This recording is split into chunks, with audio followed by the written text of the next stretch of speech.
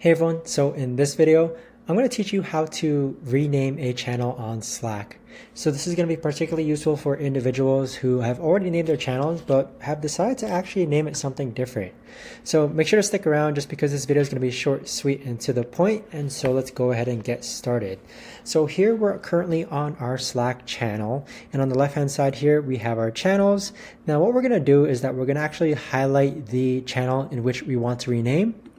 And then in order to rename it, you just need to double click or right click and then actually go and click on View Channel Details. Now, once you're on View Channel Details, what you want to click next is this Edit Channel Name button here. And so this is where you're going to rename your channel. So let's actually rename this to Rename Test and then click on Save Changes. So if you go ahead and exit out, on our Slack channel now, we can see that we've renamed this channel to Renamed Test.